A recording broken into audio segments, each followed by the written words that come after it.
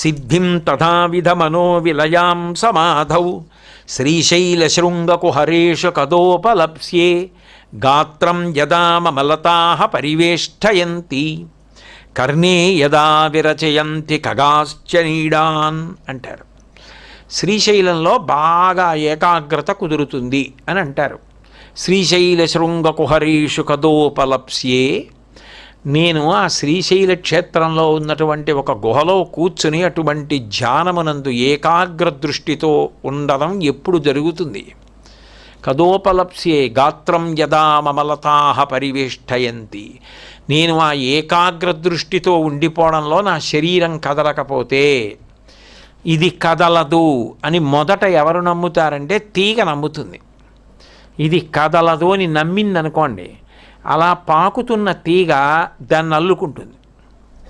ఇప్పుడు ఒక వాహనం ఉందనుకోండి, మీరు దాన్ని పొద్దున్న తీసి సాయంకాలం తీసి కదుపుతున్నారనుకోండి, అక్కడున్న దాని మీదకి తీగ ఎక్కదు.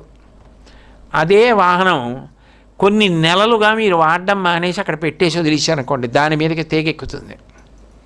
అది వాహనమని దానికి తెలుసు, ప్రాణం ఉంది. ఇది కదలదు, దీన్ని యజమాని వాడటలేదు, ఇది ఇలా ఉండిపోయిందని దానికి అల్లుకుంటుంది తీగ. ముందు తీగ నమ్మాలి. అంటే శరీరము కదలదు, ఏకాగ్ర దృష్టితో ఉండిపోయింది, జడమైపోయిందని. తపస్సని గుర్తు ఏంటంటే తీగలు అల్లుకుంటాయి, పుట్టలు పెట్టాయంటారు. అందుకే గాత్రం యదా మమలతాః పరివేష్టయంతి కర్ణే యదా విరచయంతి ఖగాశ్చ నీడాన్. అప్పుడు పక్షులు నమ్ముతాయి, నమ్మి చెవుల్లో పుల్లలెడతాయి. అంటే సాధారణంగా ఎక్కడనో పుల్లెడితే ఉలిక్కి పడకపోవచ్చు, కానీ చెవిలో పుల్లెడితే ఉలిక్కి పడ్డావు. అంటే చెవిలో పుల్ల పెట్టినా ఆయనకి తెలియదు, అంత ఏకాగ్ర దృష్టిలో ఉండిపోయాడు.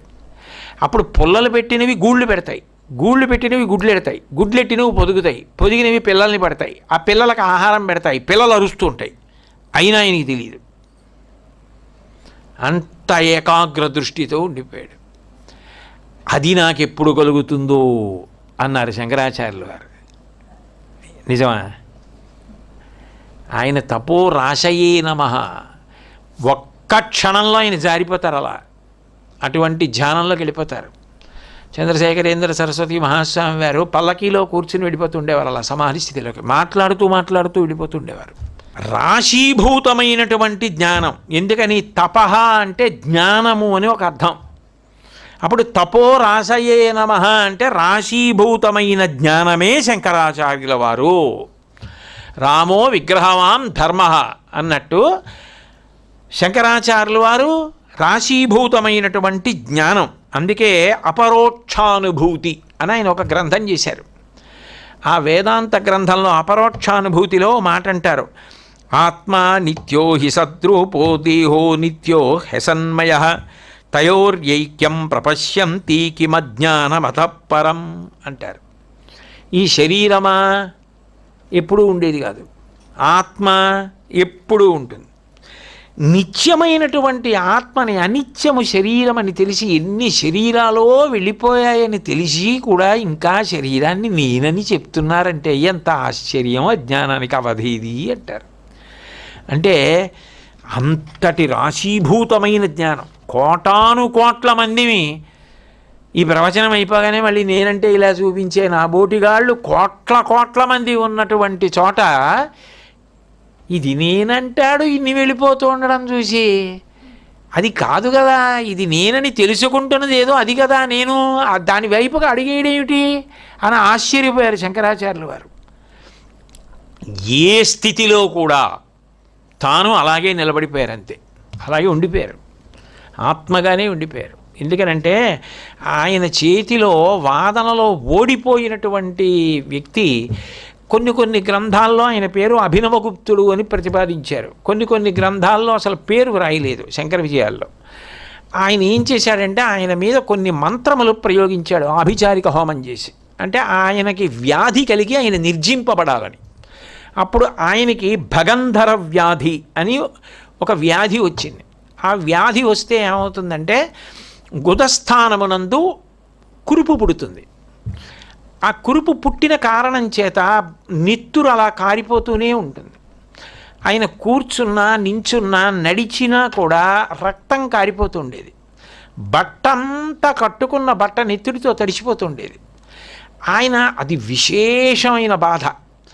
ఆ బాధ నుండి విస్మృతి పొందడానికి ఆయన ఎప్పుడూ పరమశివ ధ్యానంలో తాను ఆత్మగా నిర్వికల్ప సమాధిలో ఉండేవారు. నిర్వికల్ప సమాధిలో ఉంటే శిష్యులకి బాధ ఎలా జరుగుతుంది? తోటకాచార్యులు వారు పాపం ఈ నెత్తురుతో తడిచిపోయిన బట్టలు పెట్టుకెళ్ళి పరిశుద్ధి చేసి తెస్తుండేవారు. ఒకసారి పద్మపాదాచార్యులు వారు వాళ్ళందరూ శంకరాచార్యుల వారి దగ్గరికి వచ్చి, అయ్యా మీకు శరీరం గురించి భ్రాంతి లేదు, కానీ మాకు గురువుగారి శరీరం గురించి భ్రాంతి ఉంది. భ్రాంతి అంటే మాకందరికీ తాపత్రయం ఉంది. ఎందుకని? గురువుగారు లేకపోతే, గురువుగారి శరీరం లేకపోతే ఎవరికి నమస్కారం చెయ్యం? మేము తుమ్మెదలం, మీరు తామర పువ్వు. మీ పాదములుంటే మా మనసులో ఉన్న తుమ్మెదలు అక్కడ నిలబడతాయి. మమ్మల్ని నడిపించేవాళ్ళు ఎవరు? మాకు చెప్పేవాళ్ళు ఎవరు? మీకు నేను ఆత్మ అన్న భావన ఉంది, కానీ మీరు శరీరమును పట్టించుకోరు. అది పతనం అయిపోతే మేమేమైపోతాం? మేము మీ శరీరాన్ని రక్షించుకుని తీరాలి. గురువుగారి శరీరానికి వ్యాధి వస్తే దురదృష్టం ఎవరిదైపోతుంది? శిష్యులది అయిపోతుంది. అందుకని గురువుగారి శరీరం కోలుకునేటట్టు మేము చూసుకోవాలి. అందుకని మీరు మమ్మల్ని అనుమతించండి. మేము చెయ్యవలసింది చెయ్యొద్దు అనకూడదు కదా మీరు. మేము దేశం నలుమూలల నుండి బ్రతిమాలి వైద్యుల్ని తీసుకొచ్చి వైద్యం చేయిస్తాం అన్నారు. శంకరాచార్యులు వారు అన్నారు, కర్మజ వ్యాధులు, ధాతుజ వ్యాధులు అని రెండు ఉంటాయి. పూర్వజన్మలలో చేసినటువంటి కర్మ వలన వచ్చేటటువంటి వ్యాధులు. వాటికి కొంత శాంతి ఉంటుంది కానీ పోవడం ఉండదు. అది అనుభవించేస్తే పాపం పోతుంది. కొన్ని ధాతులోపం వల్ల వస్తాయి, అవి వైద్యం వల్ల పోతాయి. అందుకని ఇది పూర్వజన్మ కర్మ వల్ల వచ్చి ఉంటుందేమో. ఆయనకి నిజంగా పూర్వజన్మ కర్మ ఉన్నాయా అంటే మనకి తెలియాలని బోధ చేస్తారు అప్పుడు కూడా. అందుకని అలా వదిలేయండి అన్నారు. మేము మొదలం, గురువుగారి శరీరాన్ని రక్షించుకోవడం మా కర్తవ్యం, మేము వైద్యుల్ని తీసుకొస్తామన్నారు. సరే తీసుకురండి అన్నారు. ఎక్కడెక్కడి నుంచో రాజవైద్యుల్ని కూడా తీసుకొచ్చారు. వాళ్ళు ఎంత చరక సంహిత అంతా వైద్యం చేసినా పుండు పెరిగిపోయింది కానీ తగ్గలేదు.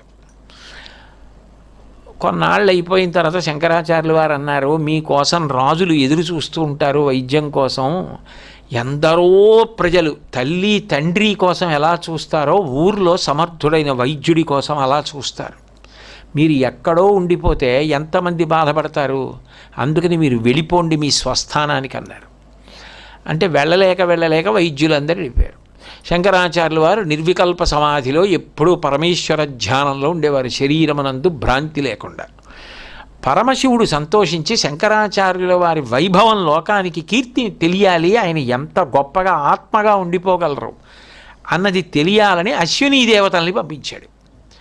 అశ్వినీ దేవతలు వచ్చి శంకరాచార్యుల వారి ఈ భగంధర వ్యాధిని పరిశీలించి, ఇది శరీరమునకు అనారోగ్యము వలన పుట్టినది కాదు, శత్రువులు మీ శరీరాన్ని పడగొట్టడానికి చేసిన ప్రయోగం, దీనికి మళ్ళీ మంత్రమే ఔషధము అని చెప్పారు. చెప్తే పద్మపాదాచార్యుల వారు నృసింహ మంత్రోపాసన చేసేటప్పటికే నరసింహస్వామి శంకరాచార్యుల వారికి వ్యాధి కల్పించిన వాడి మీదకి వెళ్ళేటప్పటికి ఈ వ్యాధి అటు వెళ్ళిపోయింది. ఈయన స్వస్థత పొందారు, ఆయన వ్యాధిని పొంది మరణించాడు. మంత్రము చేతనే రక్షింపబడ్డారు. అంటే ఆ స్థితిలో కూడా, అంత వ్యాధిలో కూడా సర్కోమా వచ్చినప్పుడు భగవాన్ రమణులు ఉన్నట్లు, రాచపుండు కంఠంలో పుడితే రామకృష్ణ పరమహంస ఉన్నట్టు, శంకరాచార్యుల వారు మాత్రం స్థితప్రజ్ఞులై తాను ఆత్మగానే నిలబడ్డారు. అంతగా ఆత్మానాత్మ వివేకమెరిగిన మహాపురుషులు. అందుకని ఆయన మహాతేజసే నమః అని కీర్తింపబడ్డారు. అది మామూలు తేజస్సు కాదుట, మహాతేజస్సు అని ఎప్పుడంటారు అంటే, ఎప్పుడైనా అవతల వారితో ఒక వాదన జరుగుతోంది అనుకోండి, వాదన ఎందుకు జరగాలి అంటే ఇంకా అదే పనిగా పెట్టుకుని ఎప్పుడు అవతల వాళ్ళ తప్పులు ఎత్తి చూపించడానికి మాట్లాడితే వాదన అంటారు. అలా కాదు. అయ్యయ్యో వీళ్ళు పట్టుకున్నటువంటి మార్గం చేత వీళ్ళు వెళ్ళరు లక్ష్యానికి, కాబట్టి వీళ్ళలో జరుగుతున్న దోషాన్ని గుర్తించి దిద్దాలి. అందులో ఉన్న మంచి ఏదుందో ఆ మంచిని పాడు చేయక్కర్లా, మంచిని మంచిగా ఉంచవచ్చు. ఇప్పుడు దేనిలోనైనా శ్రద్ధ అంటూ ఉందా? వాళ్ళకి పట్టుకున్నారు కదా, ఆ శ్రద్ధను ఉంచాలి. ఎలా పట్టుకోవాలో చెప్పాలి, ఆ ప్రేమతో వెళ్ళాలి, ఆ ప్రేమతో వెళ్ళి వాళ్ళని సంస్కరించాలి. అది ఆయన కరుణ. అంతేగాని ఏదో ఇంకా దేశంలో ఉన్నవన్నీ తప్పులని నిరూపించడానికి బయలుదేరడం కాదు ఆయన ఉద్దేశ్యం. వెళ్ళవలసిన మార్గాన్ని లోకానికి చెప్పాలి. దానికి వేదములు ప్రమాణము చేసి నడిపించారు. అది సత్యము కాబట్టి అట్లా ఎవరు నిలబడినప్పుడు ఎంతమందినైనా ఎవరితో మాట్లాడినా వాళ్ళని ఒప్పించి వాళ్ళని తన మార్గం వైపుకి తిప్పి వాళ్ళు లక్ష్యం చేరుకునేటట్టుగా చెయ్యగలరో, దోషమును నివృత్తి చేయగలరో, సత్కర్మ వైపుకి సన్మార్గం వైపుకి పయనింప చేయగలరో వారిని మహాతేజస్సు ఉన్నవారంటారు. అది సామాన్యమైన తేజస్సు కాదు, ఇంకా అదొక అద్భుతమైనటువంటి తేజస్సు. అందుకే మీరు శంకర విజయాలు చదివితే అద్భుతమైన విషయాలు కనపడతాయి. పాశుపతము అని ఆయన వాళ్ళతో వాదించినటువంటి తీరు, వాళ్ళు ప్రతిపాదన చేస్తే కుండ మట్టి దగ్గర మొదలవుతుంది. ఆ ప్రారంభమైనప్పుడు ఆఖరికి వాళ్ళు శంకరాచార్యులు వారు ప్రతిపాదించినటువంటి వేదాంత రహస్యం ఉపనిషత్తు జ్ఞానం దగ్గర ఏకీభవించి 2 చేతులెత్తి నమస్కరించి శంకరుల మార్గంలోకి తిరిగిపోతారు. పాశుపతాన్ని గెలిచారు. వ్యాసుల వారంతటి వారితో కొన్ని రోజులు బ్రహ్మసూత్ర భాష్యం మీద మాట్లాడితే వ్యాసుడంతా మురిసిపోయి, నువ్వు తప్ప ఎవరు చెప్తారు శంకర, కాబట్టి నువ్వు ఇంకొక 16 సంవత్సరాలు భూమి మీద శరీరంతో ఉండి ఈ సత్యాన్ని వ్యాప్తి చేయమన్నారు. కుమారిల భట్టు సుబ్రహ్మణ్యేశ్వర స్వామి వారి అవతారం కర్మ మార్గాన్ని నిర్ధారించడానికి వచ్చారు. తుషాగ్ని ఎందు కాలిపోతుంటే శంకరాచార్యులు వారు వెళ్ళారు. ఎంతో ప్రేమతో మాట్లాడితే కుమారిల భట్టు చిట్ట చివర ఒక మాట అన్నారు, నేను చేసిన పెద్ద దోషం మీ దర్శనం చేసుకోకపోవడం. ఇప్పుడు మీ దర్శనం అయిన తర్వాత నాకు అర్థమైంది మీరు ఎంతటి తేజోమూర్తో. నా అంతటి వాడున్నాడు, నా శిష్యుడు మండన మిశ్రుడు, ఆయన దగ్గరికి వెళ్ళమన్నారు. ప్రభాకరుడని శిష్యుడు ఉన్నాడు, ఆయన దగ్గరికి వెళ్ళమన్నారు. కుమారిల భట్టుని అనుగ్రహించారు. మళ్ళీ అక్కడి నుంచి బయలుదేరి ప్రభాకరుడని ఆయన దగ్గరికి వెళ్ళారు. అప్పట్లో ఆయన దేశమంతటా ఖ్యాతి గడించినటువంటి కర్మవాది. అంతటి వాడు శంకరాచార్యులు వారు వస్తున్నారంటే ఎదురెళ్ళి స్వాగతం పలికి ఆయన తేజస్సు ముందు ఆయనతో వాదించలేక ఆయన చెప్పినదని సత్యమని అంగీకరించాడు. ఆయన కుమారుడే హస్తామలకాచార్యుల వారు. ఆయన ఎప్పుడు మాట్లాడకుండా అట్లా ఉండిపోతే ఆయన్ని మాట్లాడించి ఆయన చేత మాట్లాడుతూనే పిల్లవాడు వేదాంత రహస్యాలన్నీ చెప్తే పుట్టుకతో జ్ఞాని, ఈ కుర్రవాడితో నీకు ఉపయోగం లేదు, వీడు సంసారమునందు ప్రవేశించడని హస్తామలకాచార్య అని సన్యాసనామం ఇచ్చి తన శిష్యుని చేసుకున్నారు శంకరాచార్యులు వారు.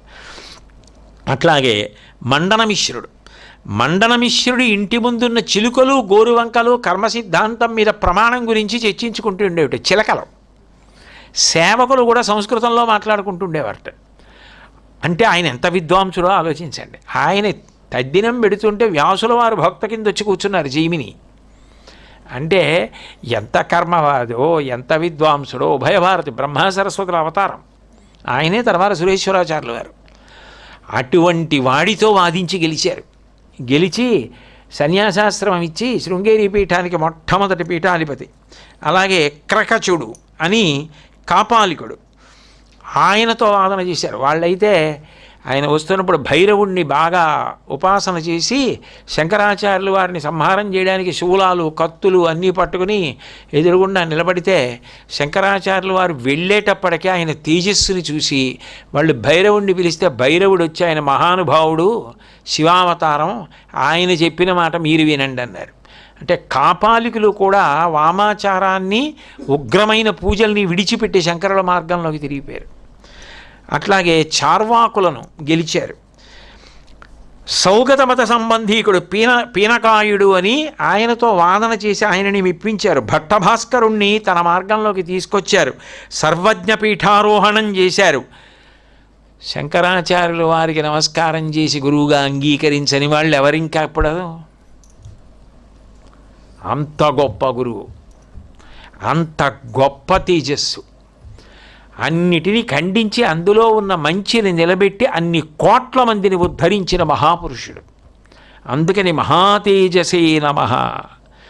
అటువంటి శంకరాచార్యుల వారే గుణత్రయ విభాగ విదే నమః. ఆయనే గుణత్రయ విభాగము బాగా తెలిసినవారు. అంటే గుణత్రయ విభాగం అంటే ఏమంటే రోజూ చెప్తున్నారు కదా మీరు ఏదో, అంటే ఇది సత్వగుణం, ఇది రజోగుణం, ఇది తమోగుణం అని తెలిసి ఉండడం తెలియడం కాదు. నిద్రపోయి లేచి నాకు నిద్ర పట్టిందో అందుకని చెప్పి నేను తమోగుణంలో ఉన్నాను అని ఏదో కోరికతో ఉత్సాహంగా పనిచేసేసినప్పుడు ఇది రజోగుణం అన్నారు కాబట్టి నేను రజోగుణంలో ఉన్నానని ఇంకొంచెం ఆవకాయ వేయి, కొత్త ఊరగాయ కదా అని వేసుకు తినేసి చూసావా రజోగుణం అంటే ఇదేనమాట అనడం. అది కాదు తెలియడం అంటే. తెలియడం అంటే ఏమిటో శంకరాచార్యులు వారి వివేక చూడమని చదివితే అర్థమవుతుంది. కాబట్టి గుణాతీతమైనటువంటి స్థితిలో ఉండి అవసరమైతే కొద్దిగా కిందకొచ్చి సత్వగుణంలో ఉండి సారస్వతం ఇచ్చి ఉద్ధరించాలి. తన యందు ఆ గుణములు కలుగుతున్నప్పుడు వాటిని సాక్షిగా చూస్తూ ఇవి నేను కావని ఆ అనుభవం జోలికి వెళ్లకుండా వదిలిపెట్టగలగాలి. అది గుణజ్ఞానం అంటే. దాని గురించి భగవద్గీతలో గీతాచార్యుడు ఒక మాట అంటాడు, నాణ్యం గుణేభ్య కర్తారం యదా ద్రష్టానుపశ్యతి గుణేభ్యశ్చ పరం వేత్తి మద్భావం సోదిగచ్చతి అంటాడు. నేను గుణముల కన్నా భిన్నమని చెప్పి తనలో కలుగుతున్నటువంటి గుణములను సాక్షిగా ఎవడు చూడగలుగుతున్నాడో, అదే భగవాన్ రమణుల దగ్గరికి వెళ్ళి ఎవరో అడిగారు, రాత్రి బాగా నిద్ర పట్టిందా అని అడిగారు. ఓ ఇది నిద్రపోయింది అన్నారు ఆయన. ఆత్మకి నిద్ర ఏమిటి, తెలివిగా ఉండడం ఏమిటి అంటే ఎప్పుడూ జాగృత ఆత్మది. ఇది నిద్రపోయింది, దీనికి ఆకలేస్తోంది, దీనికి పుండు పుట్టింది, ఇది బాధపడింది, దీనికి నెత్తురు గారింది అనేవారు. నేననేవారు కాదు ఆయన, ఇది అని వేరుగా చెప్పేవారు. ఆ కలుగుతున్న గుణములకు సాక్షిగా ఉండి చూస్తున్నవాడెవరో ఆయన గుణసంగమను పొందట్లేదు, గుణాతీతుడై ఉన్నాడు. కాబట్టి జీవన్ముక్తుడై ఉన్నాడు. అదొక అద్భుతమైనటువంటి స్థితి, మహాపురుష స్థితి. అది శంకరాచార్యుల వారి యొక్క స్థితి. ఆయన వివేక చూడామణి అని గ్రంథం చేసి ఆ గ్రంథంలో అసలు సాధనకి పనికొచ్చేటటువంటి విషయం, ఈ గుణముల వలన మనిషి పాడైపోకుండా ఉండాలి అంటే, గుణములంటే ఏమిటి, నిన్న చెప్పిన సంఖ్యాతీత గుణోజ్వలాయ నమః కాదు, సత్వగుణం రజోగుణం తమోగుణం, వీటికి సంగము చెంది మనిషి పాడైపోకుండా ఉండడానికి ఎట్లాంటి సాధన చెయ్యాలో చెప్తారు. అది కూడా చాలా గొప్ప విషయం. ఏంటంటే వివేక చూడామణిలో మాట్లాడుతున్నప్పుడు మళ్ళీ మళ్ళీ గుర్తు తెచ్చుకోవడానికి కొన్ని వందల పుటల వాంగ్మయం ఇచ్చేశారనుకోండి, ధారణ చేయడం కష్టం. దానికి చాలా తేలికగా గుర్తుపెట్టుకోవడానికి ఒక్క శ్లోకంలో ఇచ్చారు. గుణత్రయ విభాగంలో మనిషి తనని తాను సంస్కరించుకోవడానికి ఏం చెయ్యాలి అన్నదానికి ఇచ్చారు. అందులో ఆ శ్లోకంలో అంటారు, తమోద్వాభ్యాం రజస్తత్వా సత్వం శుద్ధేన నశ్యతి తస్మాత్ సత్వమవష్టభ్య స్వాధ్యాసాపనయం కురు అంటారు. అబ్బాయి, 3 గుణములు ఉన్నాయి అని తెలుసుకున్నంత మాత్రం చేత నువ్వు ఆ గుణములను దాటడం కుదరదు. తమో గుణం అంటే ఏమిటి? నిద్ర, అలసట, బడలిక, ఉత్సాహం లేకపోవడం, వాయిదా వేయడం, చేద్దాం లేదు అనడం, అది తమోగుణం. రజోగుణం అంటే ఏమిటి? కోరిక పుడుతూ ఉండడం, దానికోసం పరిగెడుతూ ఉండడం, తిరుగుతూ ఉండడం, ఏదో తృప్తి పొందుతూ ఉండడం, అవ్వకపోతే బాధపడుతూ ఉండడం, ఇదంతా రజోగుణం. సత్వగుణం ఏమిటి? ప్రశాంతంగా ఉండడం, తన శాంతి ఇంద్రియముల ద్వారా బహిర్గతమవుతూ ఉంటే మంచి మాట, మంచి నడక, మంచి నడత, మంచి ఆహారం, మంచి ప్రవర్తన, వీటి ద్వారా ఇతరులకు కూడా శాంతి